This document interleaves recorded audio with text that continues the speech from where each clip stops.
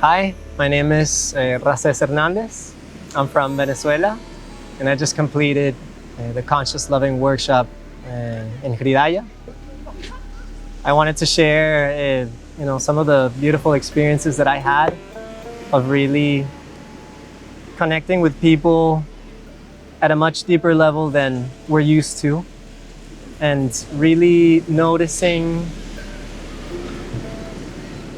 a greater presence and an essence of people that goes beyond just the physicality, and how important that is, when we are looking to foster, I think, deep and more meaningful relationships, as well as understanding love at not such a surface level way.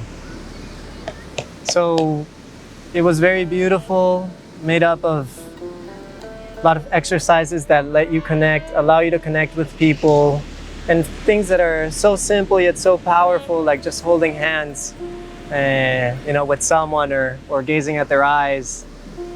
It gives you a taste of something that goes much beyond the person that is right there. So I very highly recommend it to anyone who's looking to explore love and relationships.